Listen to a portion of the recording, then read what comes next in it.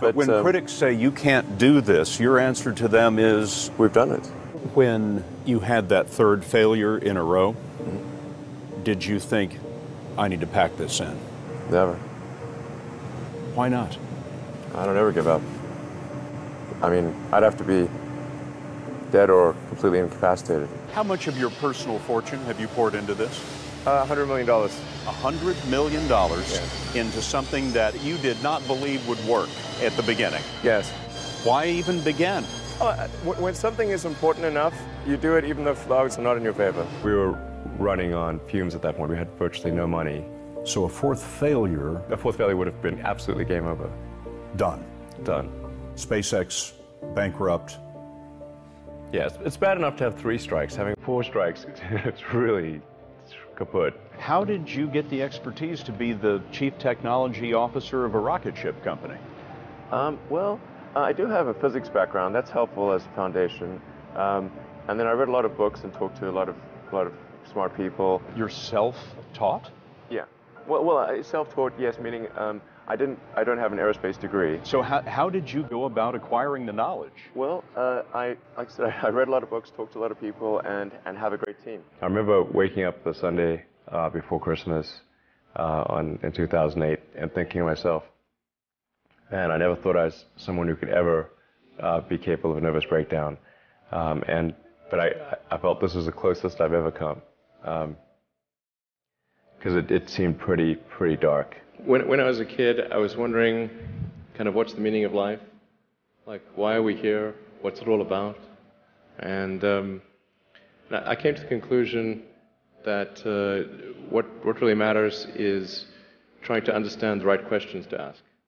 And the more that we can increase the scope and scale of human consciousness, the better we are able to ask these questions. I tried very hard to get the right expertise in for SpaceX. I tried hard to find a great chief engineer for the rocket, but the good chief engineers wouldn't join, and the bad ones, well, there was no point in hiring them. So I ended up being chief engineer of the rocket. So if I could have found somebody better, then we would have maybe had less than 3 failures. If you're creating a company or if you're joining a company, the most important thing is to attract great people. So either join a group that's amazing, that you really respect, or if you're building a company, you've got to gather great people. I mean, all a company is a group of people that have gathered together to create a product or service. And so depending upon how talented and hardworking that group is, and the degree to which they're focused cohesively in a good direction, that will determine the success of the company. So do everything you can to gather great people if you're creating a company. So what do we need to do to become more like Elon? There's a friend of mine who's got a great saying about creating a company, which is trying to build a company and have it succeed is like eating glass and staring into the abyss. There's no need even to have a college degree at all, or even high school. I mean, if somebody graduated from a great university, that may be an indication that they will be capable of great things, but it's not necessarily the case. You know, if you look at, say, people like Bill Gates or Larry Ellison, Steve Jobs, these guys didn't graduate from college. But if you had a chance to hire them, of course, that would be a good idea. I'd say focus on signal over noise. A lot of companies get confused. They spend money on things that don't actually make the product better. Don't just follow the trend.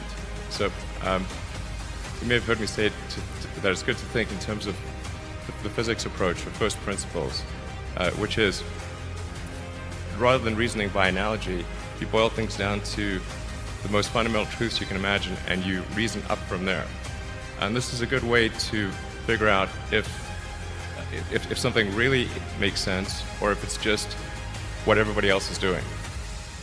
All right, last question. 3 pieces of advice to entrepreneurs. What are your 3 pieces? I'm an entrepreneur, so you can share them with me. Work like hell. I mean, you just have to put in, 80 to 100 hour weeks every week.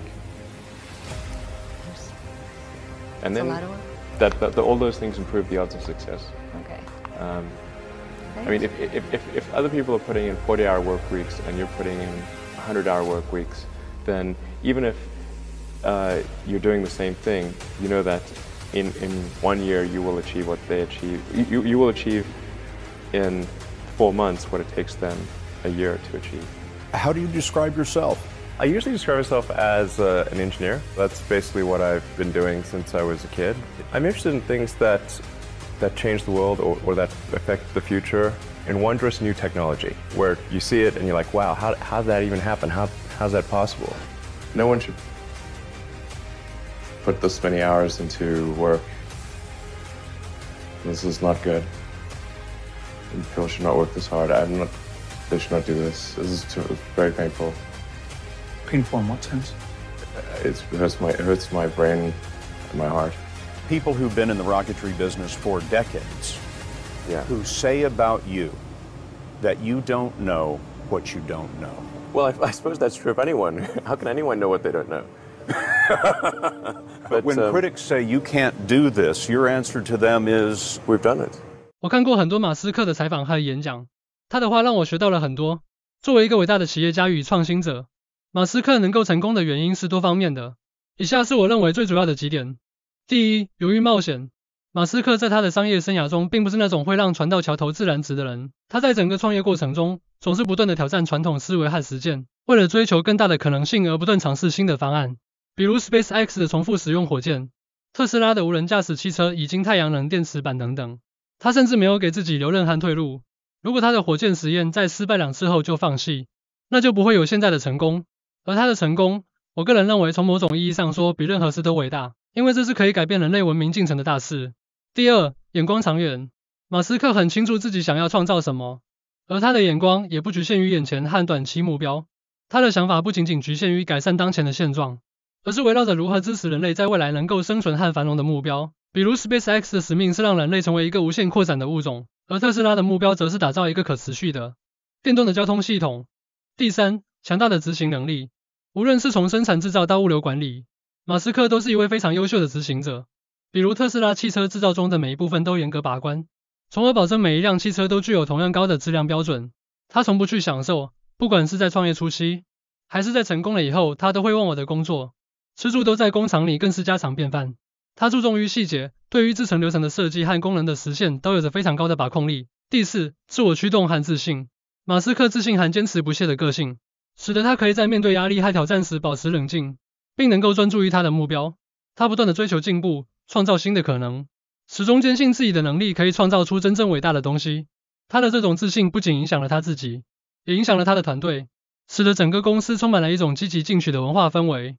马斯克的成功是综合了他很多个人品质的结果。他有坚定的信念，强烈的使命感和使命意识，还有真正的领袖风范和对未来的真正关注。而这些品质都支持他成为一个可以推动人类前进的伟大人物。